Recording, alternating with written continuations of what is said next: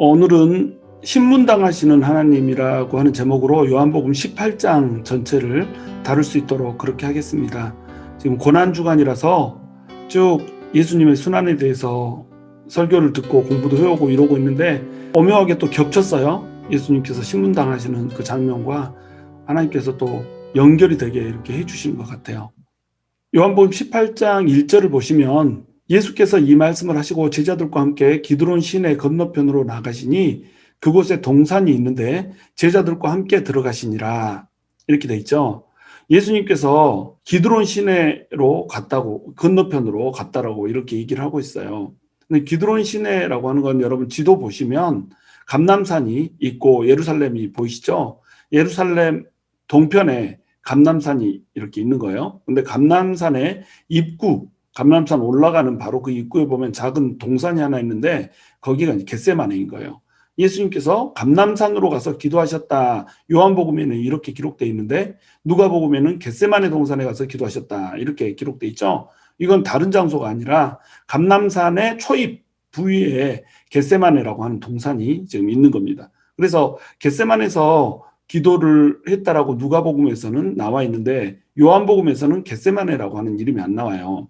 그런데 요한복음에서 또 특별한 것은 겟세마네에서 기도하고 난 다음에 기도의 자리에서 일어나 가지고 자 이제 나를 파는 자가 왔다. 나를 잡으러 이제 왔으니까 우리가 일어나서 가자라고 하면서 출발을 해서는 기드론 시내 건너편으로 나가신다라고 하는 이 표현을 또 특별하게 하고 계신단 말이죠. 겟세마네라고 하는 이름도 쓰지 않았는데 기드론이라고 하는 이름을 쓰고 계세요. 그 말은 이 기드론이라고 하는 말 뜻이 굉장히 중요하다는 걸 이제 얘기를 하고 있는 겁니다. 특별하게 언급을 하고 있기 때문에 이 말을 강조해서 이제 하고 싶은 거죠. 그러면 기드론이라고 하는 그 시내는 왜 중요한 곳이었을까요? 기드론은 그림에서 보다시피 예루살렘과 겟세마네 동산, 감람산 그 사이에 흐르고 있는 골짜기예요. 이 골짜기에는 물이 거의 없습니다. 그러니까 시내라고 표현되어 있지만 거의 우기가 아닌 때에는 물이 흐르지 않는 메마른 곳이란 말이에요. 그곳이 메마른 곳이기 때문에 기드론 시내라고 하는 표현보다는 주로 기드론 골짜기라고 하는 표현을 많이 썼다는 거죠. 그래서 이 기드론 골짜기는 물이 거의 없기 때문에 생명이 살 수 없는 이런 골짜기로 여겨졌다는 거예요. 다시 얘기해서 이곳은 죽음의 골짜기였다는 겁니다.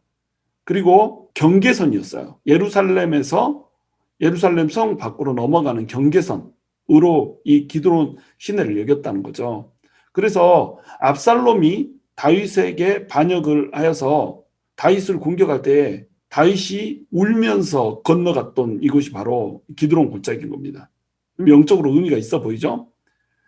자기의 대적자를 피해서, 아들의 반란을 피해서 기드론 골짜기를 넘어서 들어가는 겁니다. 죽음의 골짜기인 거죠.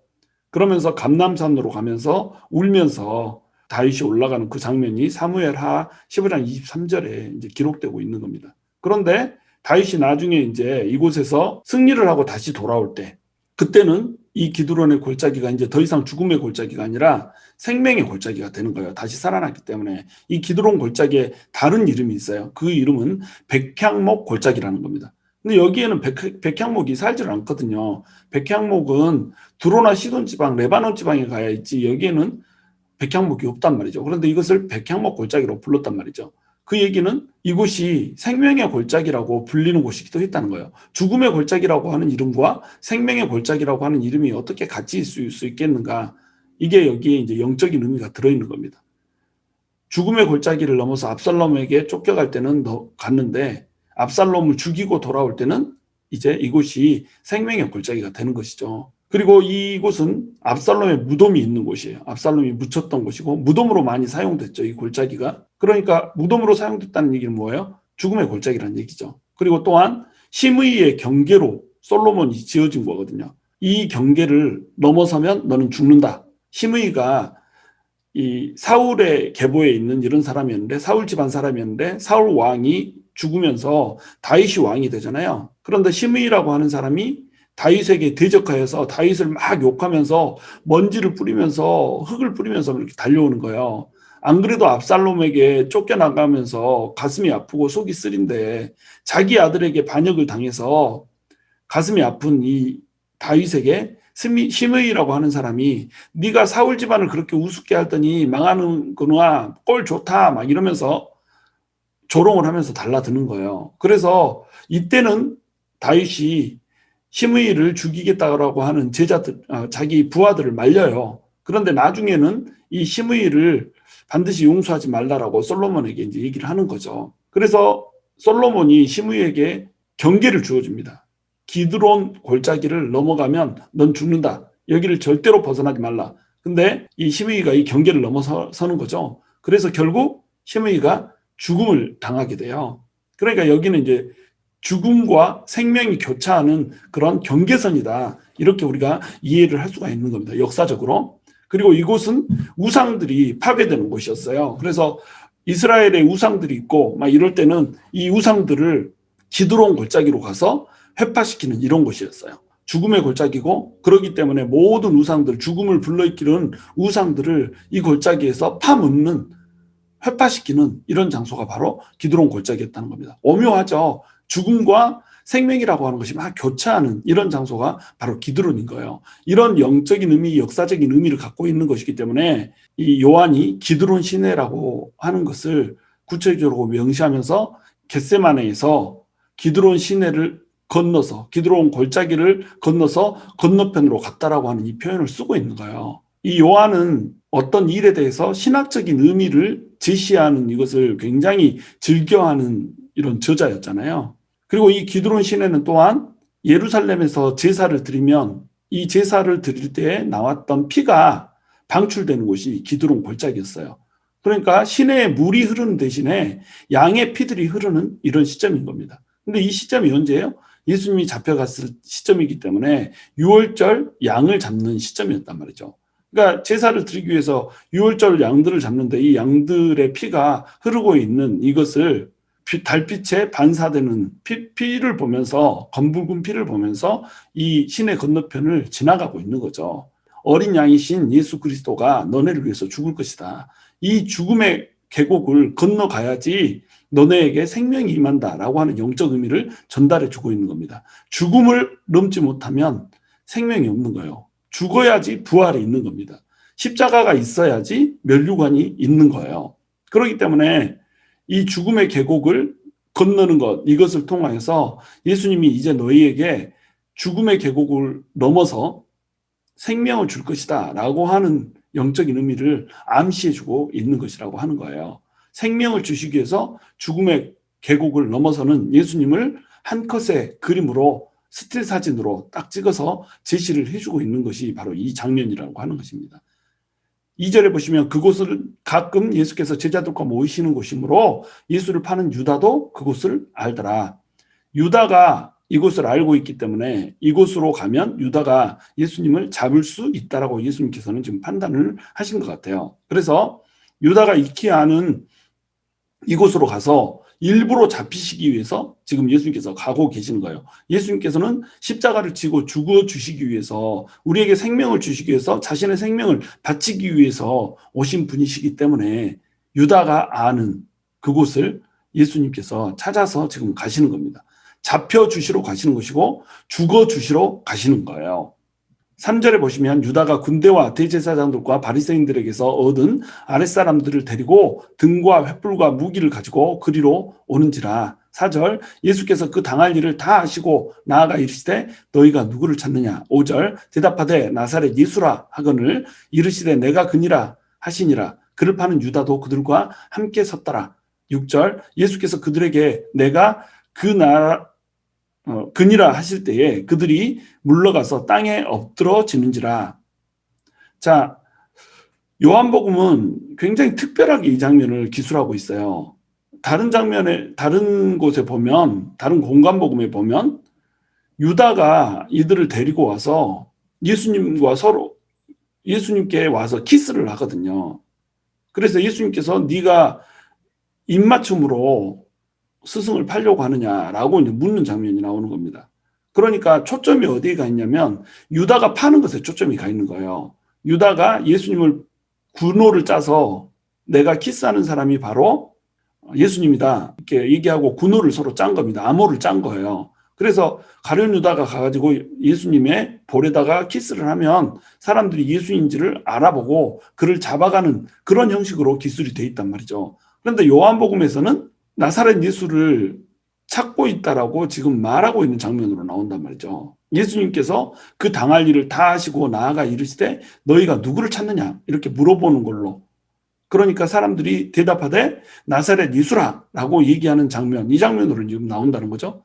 자, 왜 이렇게 기술을 하고 있을까요? 둘 중에 어떤 게 사실일까요? 둘 다 사실인 겁니다. 그러니까 예수님께서 지금 너희가 누구를 찾느냐라고 하는 것을 물어봄으로 말미암아서 예수님께서 이미 그 당할 일을 다 알고 계시다라고 하는 것, 이것에 대해서 초점을 맞춰주고 있는 거예요. 자, 마태복음에 기술되고 있는 예수님, 마가복음에, 누가복음에, 요한복음에 기술되고 있는 예수님, 이 예수님의 모습이 다 다르다고 그랬잖아요. 예수님을 똑같이 기록하고 있지만 예수님의 어떤 측면을 강조하는가, 이것이 다 다른 거예요. 마태복음은 왕으로 오신 예수님, 마가복음은 고난의 종으로 오신 예수님, 누가복음은 인간, 참 인간으로 오신 예수님, 이것에 초점을 맞추고 있다면 요한복음은 하나님의 아들로 오신 예수님에 초점을 맞추고 있단 말이죠. 그러니까 철저히 그 관점이 예수님이 하나님의 아들이라고 하는 것에 초점을 맞추는 거예요. 그래서 한 10가지 일이 일어났다. 그러면 10가지 일들 중에서 하나님의 아들로 오신 예수님이다라고 하는 것을 강조할 수 있는 부분만 기록을 하고 나머지는 잘라냈던 거예요. 이런 식으로 이제 기술을 하는, 이게 이제 관점이라는 거거든요. 모든 역사에는 관점이 있단 말이죠. 그래서 예수님께서 그 당할 일을 다 아시고 너희가 누구를 찾느냐라고 질문하는 걸로 기록을 하고 있는 거예요. 가룟 유다가 와서 입맞춤을 해가지고 예수님을 밝혀내서 가져가는 이런 인간적인 모습이 아니라 예수님이 하나님의 아들로 와서 모든 것을 알고 계시고 모든 것을 통제하시며 예수님 스스로 그들에게 자기를 내어주고 팔려간다라고 하는 이 관점에서 철저히 견지를 하면서 기술을 하고 있는 겁니다. 그러니까 이들이 예수님께서 내가 바로 그니라라고 대답할 때 물러가서 땅에 엎드러져 버린 거예요. 예수님께서 내가 그니라라고 얘기하는 이 장면을 요한복음에서는 특별히 이제 기술을 하고 있단 말이죠. 요한복음에서만 이렇게 기술을 하고 있는 거예요. 내가 그니라, 이 말은 에고 에이미, 나는 누구다, I am he 이렇게 얘기했잖아요. I am, 이게 하나님의 자기 선언을 얘기할 때 쓰는 거라고 그랬잖아요. 그래서 모세에게 하나님께서 I am who I am, 나는 스스로 있는 자니라 라고 하는 이 얘기 때문에 유대인들에게 있어서 나는 누구다 라고 하는 이 말은 예수님이 하나님이다 라고 하는 관점에서 얘기하고 있는 것이다 라고 하는 것을 뜻한다고 얘기를 했잖아요.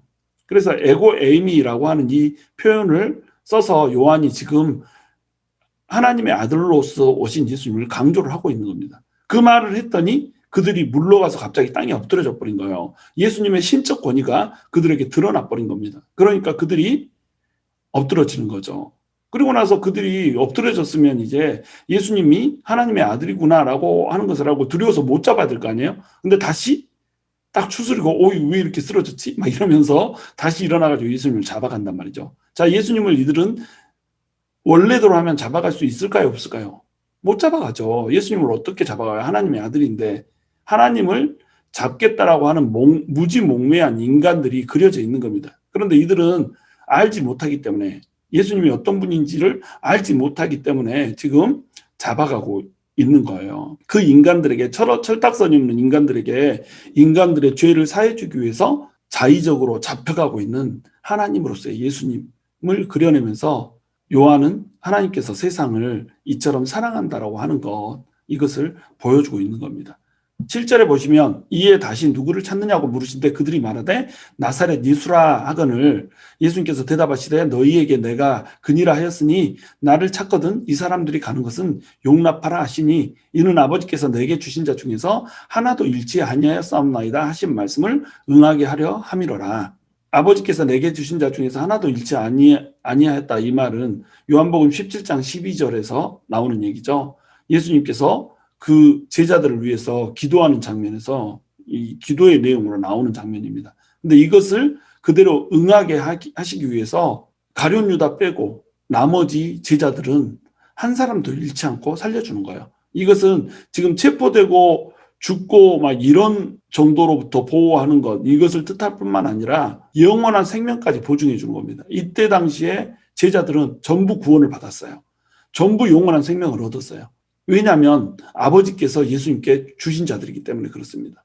내 것은 내가 지킨다는 거죠. 너네는 내 거다는 거예요. 그러니까 내가 지킨다는 거예요. 절대 누가 손대고자 해도 손댈 수 없고, 절대 누군가 잡아가고자 한다고 해도 잡아갈 수 없고, 내가 허락해야 잡아가는 거고, 내가 허락해야 죽는 겁니다. 이것이 예수님의 관점이에요.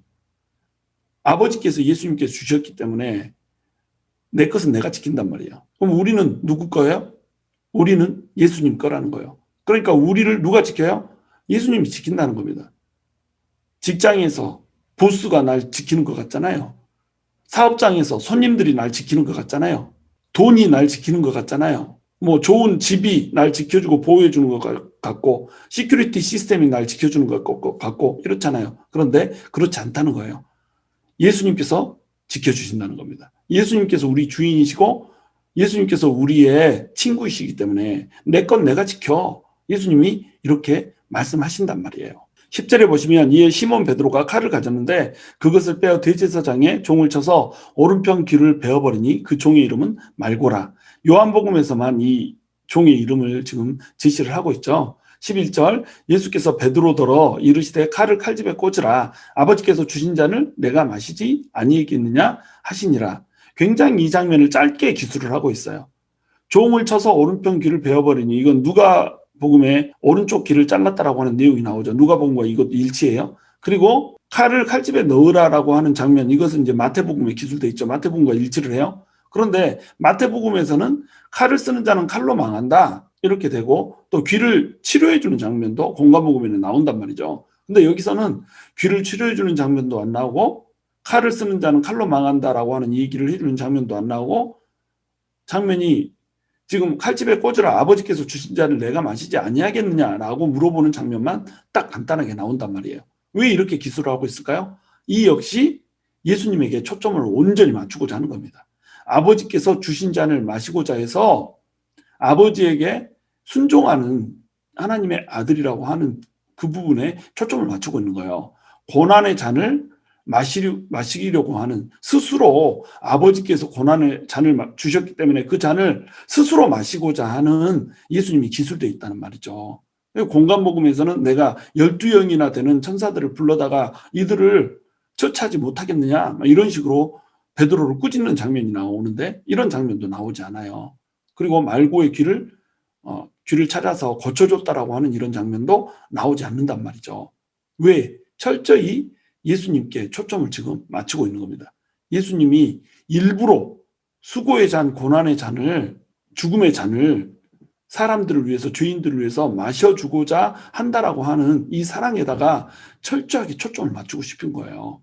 그런데 베드로는 지금 이 예수님의 마음을 알지를 못하는 거죠. 베드로는 대단한 용기를 부렸어요. 칼잡이가 아니라 어부잖아요. 어부인데 칼을 휘둘러요. 근데 이때 들고 있던 칼은 큰 칼이 아니에요. 이 칼을 단검이겠죠. 그 단검을 빼가지고 칼을 휘두르고 있는데, 그 짧은 칼을 휘두르면서도 칼솜씨가 영 서투르단 말이죠. 목을 겨냥해야 되는데 휘두르다 보니까 귀를 잘라낸 거예요. 어떻게 귀를 잘랐는지 이해가 안 돼요. 사람 얼굴을 보고 치는데 어떻게 귀가 잘리죠? 하여간 이렇게 서투른 칼솜씨 가지고 그냥 용기만 앞서서 막 나오는 거예요. 그러나 베드로의 용기도, 그 서투른 칼솜씨도 전부 다 쓸모없는 행동이었단 말이죠. 그리고 이것은 심지어 주님의 뜻을 거부하는 행동이었다는 말입니다. 왜냐하면 예수님께서 십자가의 순환을 받고 돌아가실 거다라고 하는 것을, 그리고 3일 만에 부활할 것이라고 하는 것을 계속 얘기를 해왔거든요. 예수님께서는 누누이, 예수님께서 지금 사람들을 구원하는 그 방식은 죽고 부활하여서 생명을 주는 방식으로 될 것이다라고 얘기를 쭉 해왔거든요. 그런데 그것을 베드로가 이해를 하지 못하는 겁니다. 그래가지고 오히려 예수님이 가고자 하는 그 길목을 가로막고 있는 행동을 한단 말이에요. 우리가 많은 경우에 예수님의 마음을 알지 못하면 우리의 열심도, 우리의 담대함도, 우리의 용기도 사실은 하나님 나라에 폐를 끼치는, 민폐가 되는 이런 쪽으로 나갈 수 있단 말이에요.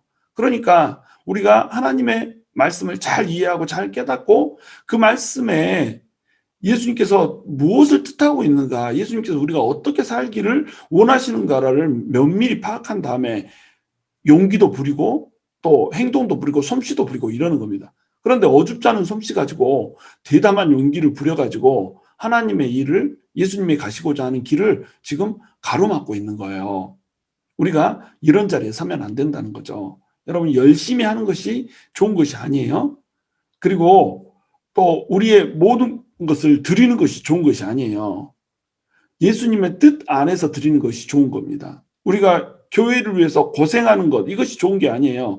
예수님의 뜻 안에서 고생하는 것이 좋은 거라는 거죠. 그러니까 열심히 하고 담대하고 막 이런 것은 좋은 캐릭터가 될 수가 있지만 이것이 하나님 나라에 도움이 되는가 안 되는가라고 하는 것은 또 다른 얘기란 말이에요. 그래서 고린도 교회에 은사가 임했는데 이 은사가 사람들이 잘못 쓰다 보니까 어떻게 돼요? 교회를 혼란스럽게 만드는 걸로 이렇게 돼버리잖아요. 그래서 은사 무용론자들까지 등장을 하잖아요. 은사가 있으면 교회가 혼란스러워진다. 은사가 문제인 것이 아니라 은사를 하나님의 뜻 가운데서 사용하지 못하는 것이 문제인 거예요. 그러니까 나에게 은사가 임했다, 나에게 능력이 임했다, 나에게 특별한 재능이 있다, 나에게 돈이 있다, 이런 것들을 교회 안에서 질서 있게 하나님의 뜻대로, 예수님의 뜻대로 사용하지 못하면 이 있는 것들이 오히려 하나님의 나라를 가로막아 버리고 사람들의 마음에 상처를 주는 그런 결과를 낼 수 있다는 겁니다. 매우 조심스럽게 우리의 칼을 휘둘러야 된다는 거예요. 12절에 보시면 이에 군대와 천부장과 유대인의 아랫사람들이 예수를 잡아 결박하여 먼저 안나스에게로 끌고 가니, 안나스는 그 해에 대제사장인 가야바의 장인이라, 가야바는 유대인들에게 한 사람이 백성을 위하여 죽는 것이 유익하다고 공고하던 자러라, 이렇게 얘기하고 있죠. 안나스라고 하는 사람은 대제사장이라고 표현되어 있는데 대제사장이 아니에요. 이곳 저곳에는 안나스가 대제사장인 것처럼 돼 있기 때문에 막 헷갈릴 수 있는데, 안나스는 대제사장이 아니라 대제사장이었던 사람이죠. 지금 현재 대제사장은 가야바인 겁니다. 가야바의 장인이 바로 안나스인 거죠. AD 6년에서 15년까지 9년 동안을 대제사장으로 일했어요. 근데 이 사람이 아주 부정한 사람이었죠. 그래서 부정으로 축제를 하고 성전에 그 물질들을 자기 것처럼 이렇게 유용하던, 횡령하던 이런 사람이었어요. 그래서 갖가지 부정행위들을 했기 때문에 파면이 된 겁니다. 발레리오스 그라투스라고 하는 총독에 의해서 파면이 됐는데, 이 사람 누구냐면 빌라도 총독 이전에 전임자인 거예요. 그러니까 빌라도 총독이 오기 전에 파면되었던 사람이 바로 안나스인 거예요. 근데 이 사람이 나 아직 안 죽었어, 인간 안나스 아직 살아있어, 이렇게 된 겁니다. 왜냐하면 이방인인 발레리우스 그라투스가 대제사장을 파면하는 거, 이것을 유대인들은 인정을 할 수가 없었던 거죠. 우리 대제사장이 네가 뭔데 파면하냐 이거죠. 파면을 했던 유대인들이 파면하는 거지 네가 뭔데 파면하냐 이거죠. 첫 번째는 그거고, 두 번째는 안나스의 6명의 아들이 있는데 그중에 5명이 전부 다 대제사장이 된 거예요. 대를 이어서 쭉쭉쭉쭉 된 겁니다. 그리고 이제는 사위 가야바까지 대제사장이 된 거예요. 집안 전체가 그냥 대제사장 가문인 거예요. 그러니까 아직 안 죽었어 이럴만 하죠. 아직 힘이 있는 거예요. 권한이 있는 거예요. 그래서 대제사장이 아닌데 대제사장인 것처럼 이렇게 행동을 하는 악한 사람, 이것이 바로 안나스였다는 거예요. 안나스라고 하는 이름 뜻이 은혜, 은총 이런 뜻이잖아요. 구약으로 하면 이제 한나하고 이름이 같은 어원인데, 이름은 은혜인데 전혀 은혜 없게 살고 있는 이 사람을 우리가 볼 수가 있는 거죠. 그리고 이 가야바가 지금 현재 대제사장이지만 장인이기 때문에 가야바를 쥐고 흔드는 이런 사람이죠. 가야바 뒤에 내가 있다 이렇게 하는 이런 사람이었죠. 근데 이 가야바라고 하는 사람에 대해서 요한은 특별히 한 대목을 지금 기술을 하고 있습니다. 가야바는 유대인에게 한 사람이 백성을 위하여 죽는 것이 유익하다고 공고하던 자라라. 갑자기 이 장면을 쭉 집어넣었죠. 전혀 플로우에 맞지 않게 한 문장을 설명을 해놓고 있는 겁니다. 왜 그렇게 있어요? 바로 예수님이 무엇을 위해서 오셨는가, 예수님에게 또 초점을 쫙 맞추고 있는 거예요. 한 사람이 백성을 위하여 죽는 것이 유익하다라고 가야바가 유대인들에게 얘기를 했어요. 그러면 이 말은 가야바가 왜 했을까요? 예수님을 죽이려고 했던 겁니다. 이 사람이, 예수님이 지금 죽지 않고 민중들을 봉기시키면 로마군들이 와가지고 유대인들을 전부 다 죽일 거라는 거예요. 그러니까 이 사람이 그런 일을 하기 전에 이 사람을 죽여버리자, 이런 식으로 이제 선동을 하면서 한 사람이 백성을 위하여 죽는 것이 유익하다라고 얘기를 한 겁니다. 근데 이것이 이 사람이 이때 당시에 대제사장이잖아요. 대제사장이 어린 양을 잡아야 된단 말이죠. 그러니까 예수님을 제물로 드리는 그 제사에 그때 당시에 대제사장이었던 사람이 예수님을 죽이는 그걸로 상황을 몰고 가서 하나님께서 모든 백성들을 위해서 예수님을 제물로 바치는 제사를 드리는 이 장면으로 지금 기록을 하고 있는 겁니다. 하나님이 너무 멋지죠. 부지 중에 예수님을 죽이고자 하는 악한 마음으로 가야바는 얘기하고 있는데, 하나님께서는 대제사장이 흠도 없고 점도 없는 세상죄를 짊어지고 가는 어린 양이신 예수님을 죽게 만드는 거예요. 그럼으로써 제사가 이루어지게, 모든 백성들을 위한 제사가 이루어지게 이렇게 하는 겁니다. 자기는 무슨 뜻으로 얘기를 하고 있는지 모르고 얘기를 하는데 하나님에게는 다 뜻과 계획이 있다라고 하는 거예요. 이게 하나님의 이제 놀라우신 권능이죠. 15절에 보시면 시몬 베드로와 또 다른 제자 한 사람이 예수를 따르니 이 제자는 대제사장과 아는 사람이라 예수와 함께 대제사장의 집들에 들어가고, 이렇게 나오죠. 이 또 다른 제자 한 사람이 누구냐, 이것에 대해서 이제 이름을 밝혀놓지 않았기 때문에 혼돈이 있고 논란이 있어 왔어요. 근데 이제 또 다른 제자 한 사람이 요한일 것이다, 이렇게 일반적으로 이해를 합니다. 왜냐하면 요한이 다른 제자 한 사람 이런 식으로 기술을 하지 않거든요. 특별하게 이름을 전부 다 집어넣는단 말이에요. 예를 들어서 니고데모, 이 사람은 몰래 숨어서 신앙생활을 하는 사람이고, 아리마대 요셉, 이 사람도 몰래 숨어서 예수님을 따르는 이런 제자인데 그 사람들 이름을 기록을 해버리거든요. 자기를 제외한 모든 사람들은 대부분 요한이 기록을 하는 거예요, 이름을. 그렇기 때문에 이 또 다른 제자 한 사람이라고 기록해 놓은 이 사람은 요한일 것이다, 이렇게 추측을 하는 겁니다. 또 예수님께서 사랑하시는 제자, 이런 식으로 자기를 표현하잖아요. 이렇게 자기 자신의 이름을 저자들은 내놓지 않고 숨겨서 이렇게 기록을 쭉 하는 이런 문화들이 그때 당시에 있었던 거죠.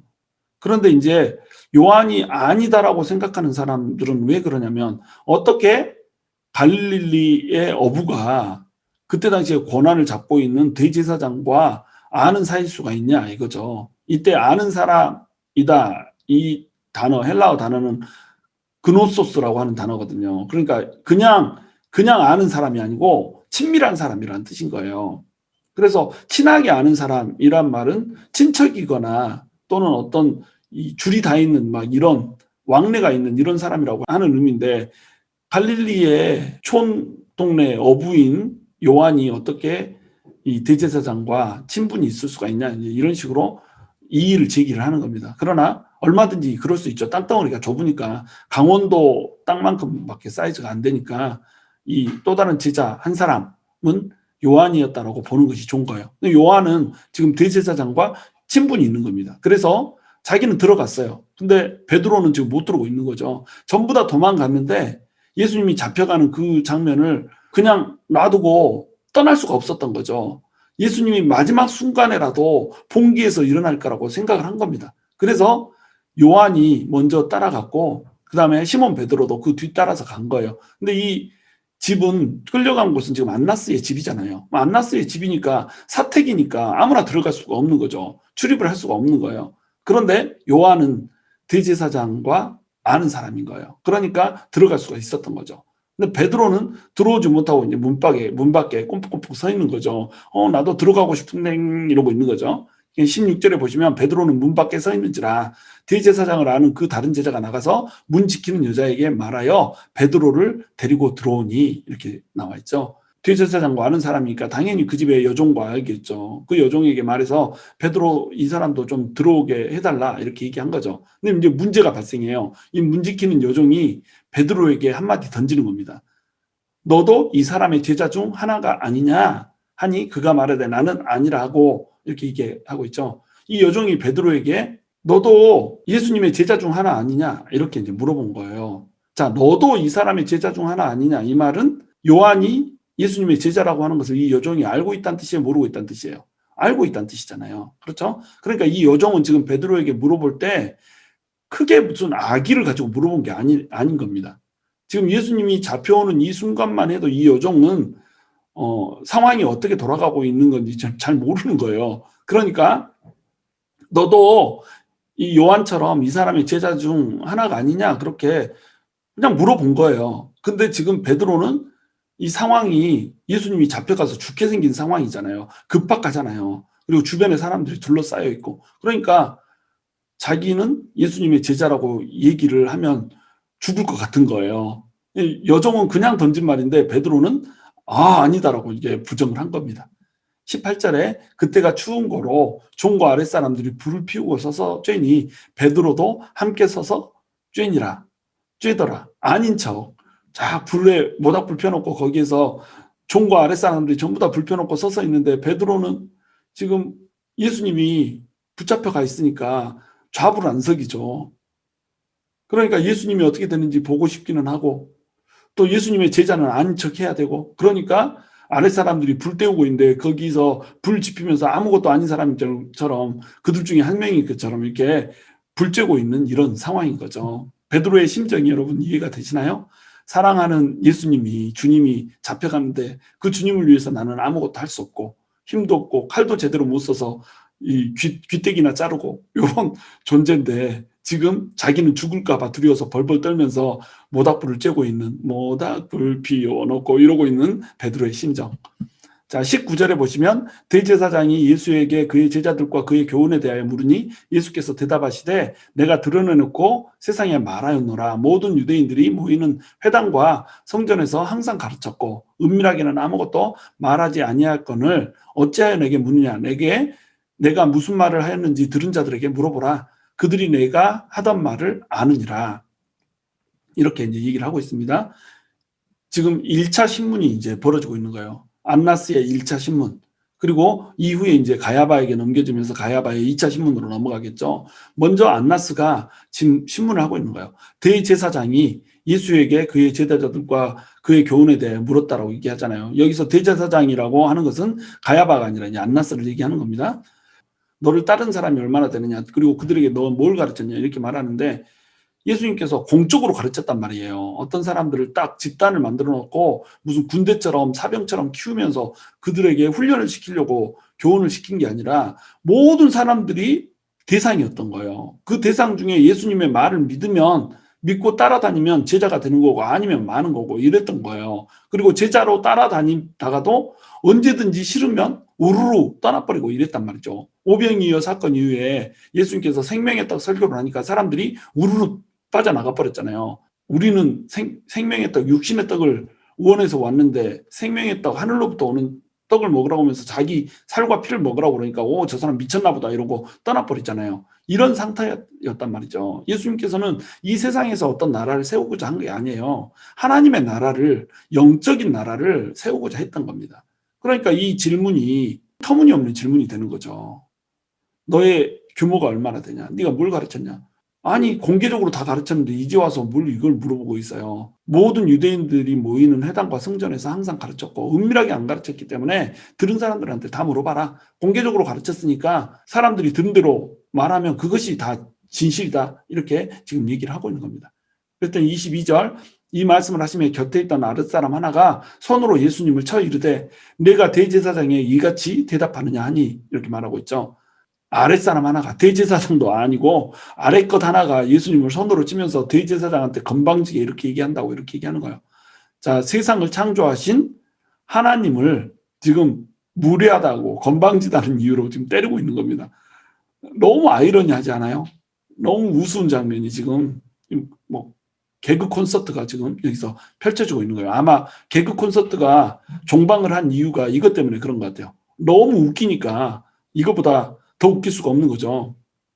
23절 보시면 예수께서 대답하시되 내가 말을 잘못하였으면 그 잘못한 것을 증언하라. 바른 말을 하였으면 내가 어찌하여 나를 치느냐 하시더라. 예수님께서 나는 지금 진실을 말하였다. 내가 잘못한 것을 증언해야지 증언하지 않고 바른 말을 했는데 왜 나를 때리냐 이렇게 항변을 하고 있는 거죠. 24절 보시면 이제 안나스가 드디어 가야바에게 보냅니다. 안나스가 예수를 결박한 그대로 대제사장 가야바에게 보내니라. 예수님이 묶인 채로 가야바에게 넘겨지고 있어요. 이제 2차 신문을 가야바로부터 받게 되겠죠. 25절 보시면 시몬 베드로가 서서 불을 쬐더니, 또 불 쬐다는 장면이 나오고 있죠. 사람들이 묻되 너도 그 제자 중 하나가 아니냐. 베드로가 부인하여 이르되 나는 아니라 하니. 불을 쬐고 있는데 다른 사람 하나가 또 와서 물어보는 겁니다. 이번에는 사람들이 와서 이제 물어보는 거예요. 너도 그 제자 중 하나가 아니냐. 두 번째 물어보고 있는 겁니다. 그러니까 베드로가 두 번째 부인을 하는 겁니다. 나는 아니다. 그랬더니 이제 26절에 대제사장의 종 하나는 베드로에게 귀를 잘린 사람의 친척이라 이르되 내가 그 사람과 함께 동산에 있는 것을 내가 보지 아니하였느냐. 이러면서 이제 베드로를 알아본 거죠. 그러니까 베드로가 지금 칼을 쓴 것이 자기를 찌른 자충수가 돼버린 거예요. 칼로 말고를 치지만 않았으면 넘어갈 수 있었는데 대제사장의 종 중에 하나가 지금 베드로가 귀를 잘려버린 말고의 친척이었던 거예요. 그래서 내가 그 사람과 함께 있는 것을, 동산에 있는 것을 내가 보았다 이렇게 얘기하는 거죠. 자, 이 사람이 나는 참 특이해요. 말고가 귀를 잘렸고 그 귀를 예수님께서 주워서 다시 치유를 해줘 버렸잖아요. 그러면 귀가 떨어졌었는데 귀가 다시 붙어버린 거 아니에요? 그 기적을 보고 얼마든지 예수님을 주인으로 모실 수 있잖아요. 얼마든지 뭐 대제사장이 명령했으니까 종으로서 잡아와야 되는 거 이거 어쩔 수 없다고 하더라도 예수님을 자기 주인으로 모실 수 있잖아요. 능력이 있고 권능이 있고 하나님만이 하실 수 있는 일을 했기 때문에. 그런데 이 완악한 사람은 그것을 현장에서 목격을 하고도, 그리고 그 현장에서 귀를 고쳐준 사람이 자기 친척임에도 불구하고 예수님께로 나오지 못하더라는 거죠. 그러니까 기적을 보는 것은 아무런 일도 하지 못한다는 겁니다. 마음이 완악하면 안 될 놈은 안 된다는 거예요. 어쩔 수 없는 놈은 어쩔 수 없다는 겁니다. 마음이 풀리고 마음이 열려야지 기적 없이도 예수님을 믿을 수 있는 거지, 기적 아니라 뭐 기적의 꾸러미를 보여준다고 해도 마음이 열리지 않으면 예수님을 믿을 수가 없다는 거죠. 그러니까 베드로를 계속 추궁을 하죠. 베드로가 또 부인하니 곧 닭이 울더라 이렇게 나와 있죠. 여기도 굉장히 지금 축약해서 설명을 하고 있어요. 베드로에 대한 이야기는 전부 다 잘라내고 있어요. 왜 그러냐면 예수님한테 전적으로 초점을 맞추고 싶은 거예요. 공간복음에서는 이 이야기를 굉장히 구체적으로 다루거든요. 베드로가 저주하면서 부인했다 이렇게 기록을 하고 있고, 이 얘기를 하고 나서 예수님 신문 받고 있는 그 예수님과 눈이 마주쳤다고 그래요. 예수님을 세 번째 딱 부인을 했는데 그때 예수님과 눈이 마주치면서 예수님의 눈을 보니까는 얼마나 가슴이 아파요. 내가 세 번이나 부인을 했고 예수님께서 너 닭 울기 전에 세 번 나를 부인하리라 이렇게 얘기를 했는데 정말로 그 일이 그대로 이루어진 거예요. 그러면서 눈이 딱 마주친 거죠. 그러니까 밖으로 나가서 이제 통곡하면서 우는 겁니다. 내가 주님을 사랑한다고 했고 내가 주님을 위해서 목숨까지 바친다라고 맹세를 했고 그 말이 거짓이 아니고 진심이었는데 내가 약하고 용기가 없어서 지켜낼 수 없었던 거, 지 몸인 거죠. 주님 지켜주지 못해서 미안해 이러면서 이제 우는 거예요. 회개하면서 통곡하면서 우는 베드로의 모습이 공간복음에서는 기록되어 있다는 겁니다. 근데 요한은 이런 장면을 싹 빼버리는 거예요. 그리고 베드로가 또 부인하니 곧 닭이 울더라라고 하는 것을 기록하면서 다른 사족 빼버리고 예수님의 예언이 성취됐다라고 하는 것에 집중을 한단 말입니다. 왜? 요한복음의 주제가 뭐예요? 예수님이 하나님의 아들이라는 거. 여기에다가 주제를 맞추고 싶은 거예요. 초점을 맞추고 싶은 거죠. 그리고 그 하나님의 아들이 모든 것을 알고 계시고 모든 것을 통제할 수 있는 능력이 되시는 분이시지만 인간을 사랑하셔서 인간들을 위해 일부러 죽어주고 계신다라고 하는 것을 강조해서 설명하고 싶었던 겁니다. 그런데 베드로는 예수님께서 베드로를 위해서 죽어주시고 베드로를 찾아와서 베드로를 회복시켜 주시고 성령을 보내주셔서 성령님으로 충만하게 해주실 때까지 예수님을 온전히 따를 수가 없었어요. 겁쟁이였거든요. 두려웠거든요. 이것이 우리 인간이에요. 우리 인간은 내가 사랑하는 사람 지키지 못해요. 그럼 우리가 누구 사랑해서 목숨도 버틸 수 있을 것 같잖아요. 만약에 길을 가고 있는데 자기 깡패들이 와가지고 조직폭력배들이 와서 나를 이렇게 뺏어가려고 그러면 어떻게 할 거야? 그러면 내가 목숨을 걸고라도 지켜야지. 진짜로 나타나 봐요. 못해요. 사랑을 지킨다라고 하는 것은 용기만 있다라고 되는 게 아니에요. 또 사랑을 지킨다라고 하는 거 마음이 있다라고 되는 게 아니죠.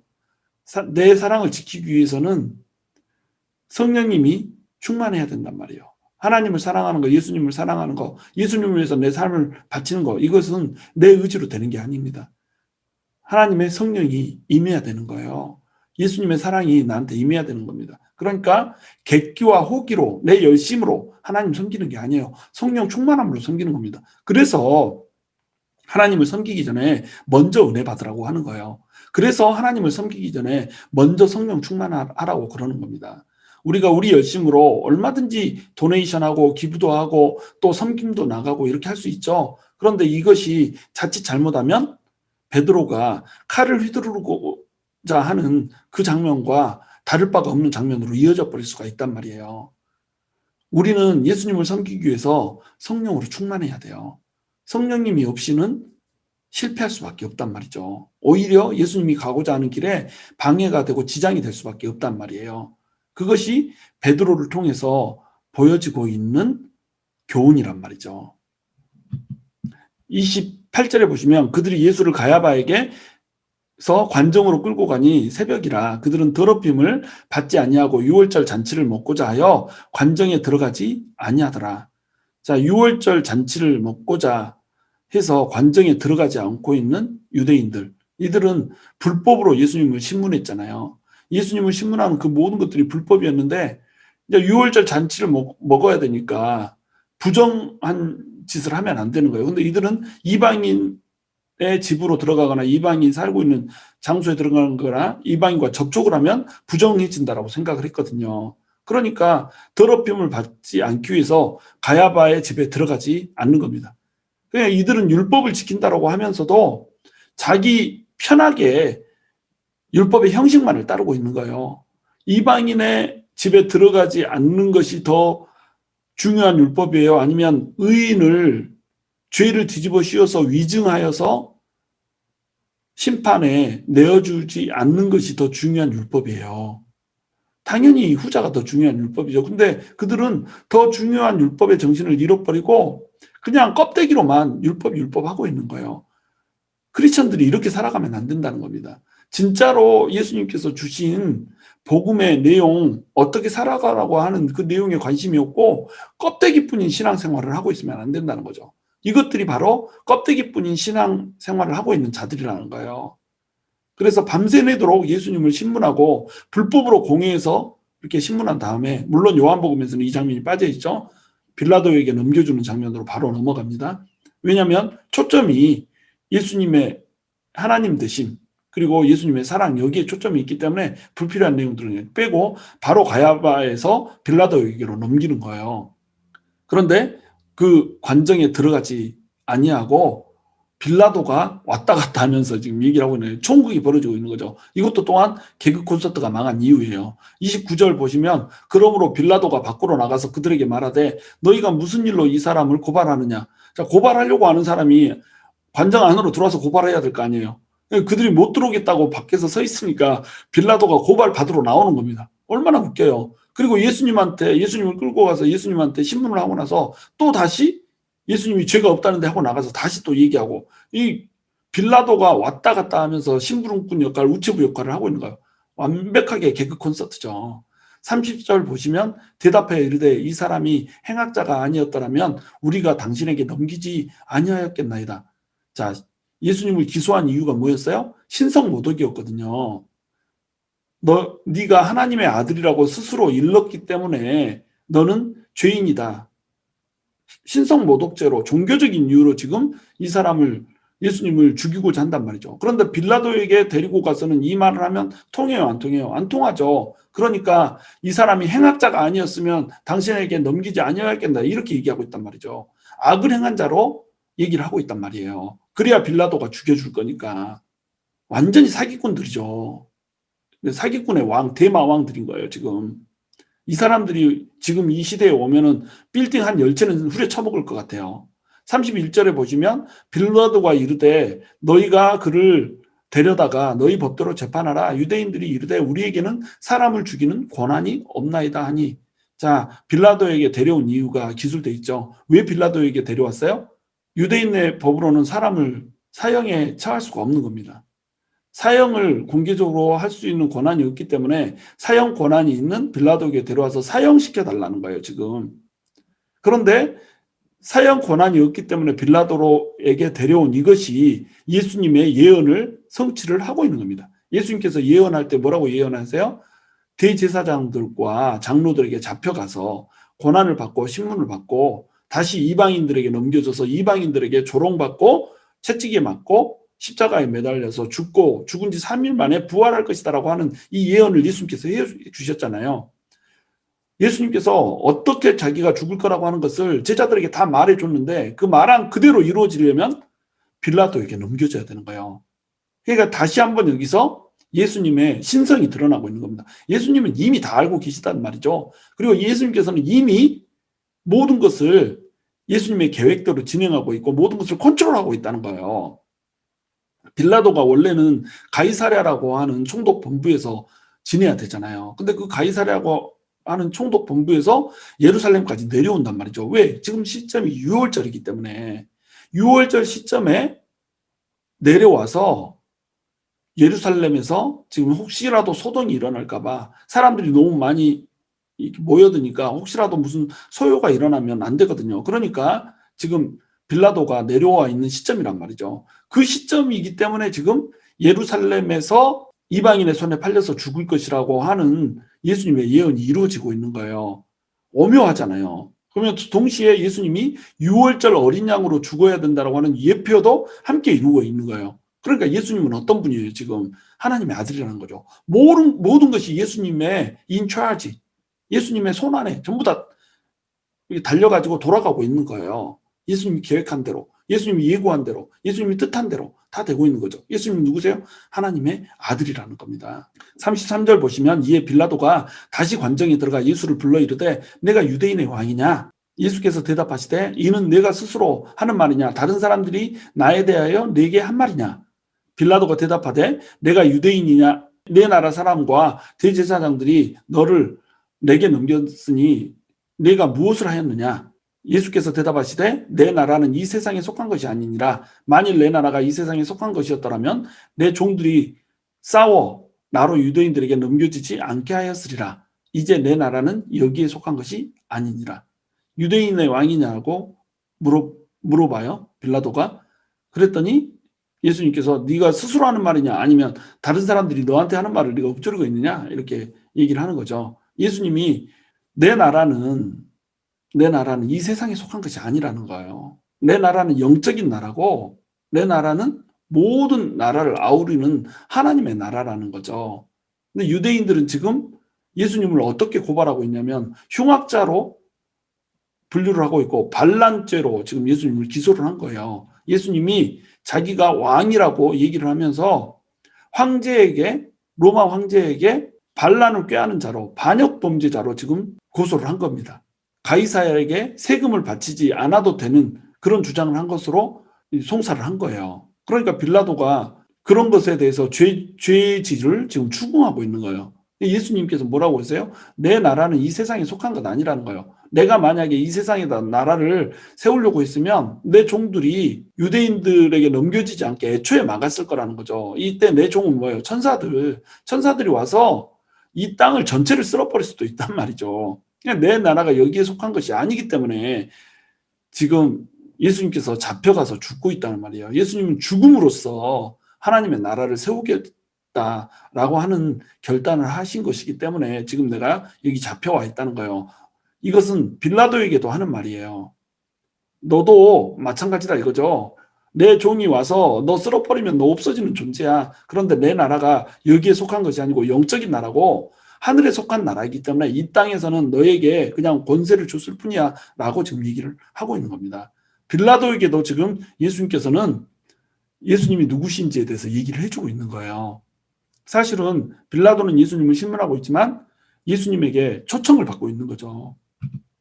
37절 보시면 빌라도가 이르되 그러면 네가 왕이 아니냐? 예수께서 대답하시되 네 말과 같이 내가 왕이니라. 예수님 왕이라고 얘기하세요.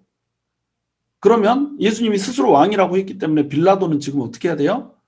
예수님을 처결을 해야 된단 말이에요. 처형을 해야 한단 말이죠. 그런데 빌라도가 아주 똑똑한 사람이에요. 예수님이 자기 스스로 왕이라고 하는 내용을 지금 빌라도가 이해를 한 거예요. 내가 이를 위하여 태어났으며 이를 위하여 세상에 왔나니 곧 진리에 대하여 증언하려 함이로라. 무릇 진리에 속한 자는 내 음성을 듣느니라 하신대. 자, 예수님께서는 자신이 왕이라고 말씀하셨고 자기 자신이 왕이 되기 위해서 세상에 왔다는 거예요. 그리고 나는 어떤 왕이냐면 진리에 대해서 증언하는 왕이라는 거예요. 그러니까 진리에 속한 자는 내 음성을 듣고 내 나라에 속하게 될 거라는 거예요. 빌라도는 지금 이것을 간파를 한 것입니다. 빌라도는 예수님이 얘기하고 있는 나라가 이 세상에 세우고자 하는 나라가 아니라고 하는 것을 간파를 한 거예요. 진리에 대해서 얘기하고 있고 영적인 얘기를 하고 있다라고 하는 것을 지금 빌라도는 간파를 한 거예요. 그래서 38절에 빌라도가 이르되 진리가 무엇이냐 하더라. 지금 갑자기 세상의 왕이 누구냐? 이 싸움에서 진리 싸움으로 이제 넘어가는 거죠. 진리가 무엇이냐? 빌라도도 듣고 싶었던 거예요. 이 말을 하고 다시 유대인들에게 나가서 이르되 나는 그에게서 아무 죄도 찾지 못하였노라. 만약에 빌라도가 내가 왕이다라고 하는 말을 이 세상 왕이다라고 하는 말로 이해를 했으면 어떻게 됐겠어요? 아, 반란죄를 내가 찾았다. 이렇게 될 거 아니에요. 근데 나는 그에게서 아무 죄도 찾지 못하였노라. 이렇게 얘기를 하고 있잖아요. 이 말은 뭐예요? 예수님의 말을 제대로 이해한 거예요. 근데 빌라도는 예수님을 결국 십자가에 내어주는 겁니다. 나중에 이제 19장에 나오겠지만 하나님의 아들이라고 이 사람이 우겼다. 이런 식으로 이제 유대인들이 송사를 해요. 그러니까 더욱더 빌라도는 두려워했더라. 그래서 예수님을 더 놓아주려고 애를 썼더라 이렇게 나와요. 그러나 결국 이 사람은 자기의 정치적 입지를 예수님이 하나님의 아들이라고 하는 사실보다 예수님이 구원자라고 하는 사실보다 예수님이 진리라고 하는 사실보다 더 우위에 놨다는 거예요. 우선순위가 매우 중요하다는 겁니다. 진리보다 자기의 정치적 입지를 우선순위에 놨기 때문에 이 사람은 구원을 받지 못한 채 깨달았고 똑똑한 사람이었지만 결국 멸망하는 자리로 가버리더라는 거예요. 우리가 어떤 것이 우선순위인가를 알 수가 있어야 돼요.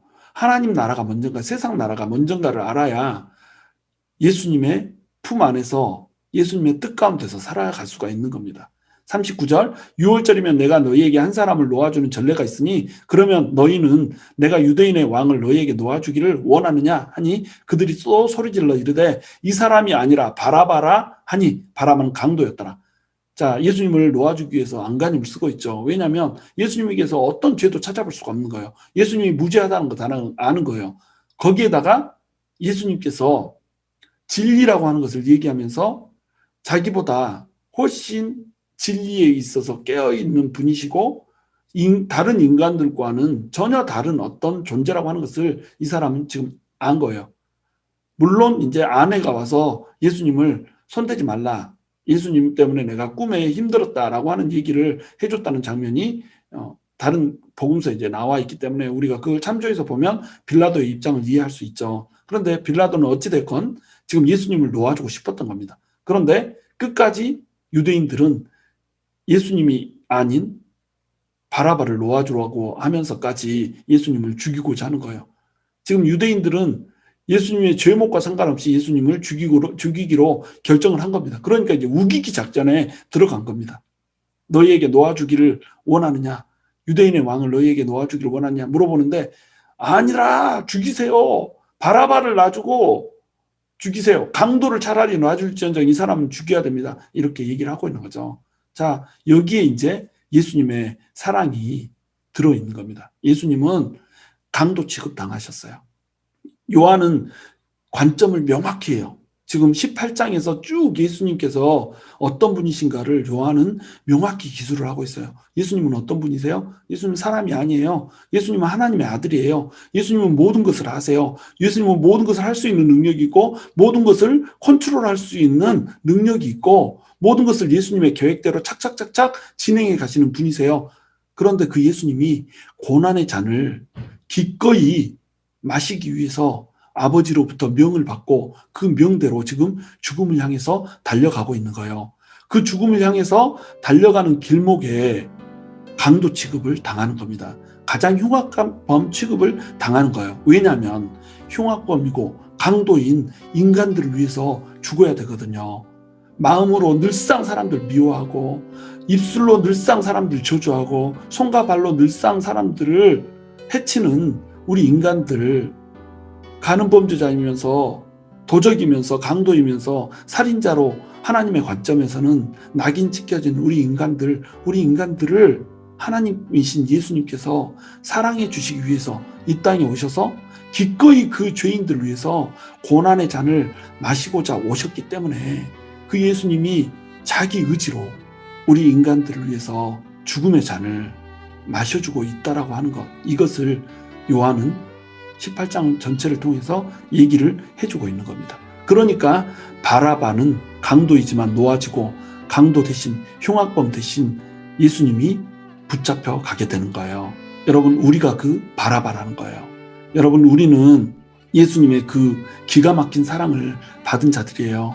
예수님께서는 우리를 위해서 하나님이시지만 하나님의 아들로서의 그 자리를 버리고 이 낮고 천한 땅에 내려오셔서 기꺼이 우리를 위해서 고난의 잔을 마셔주셨어요.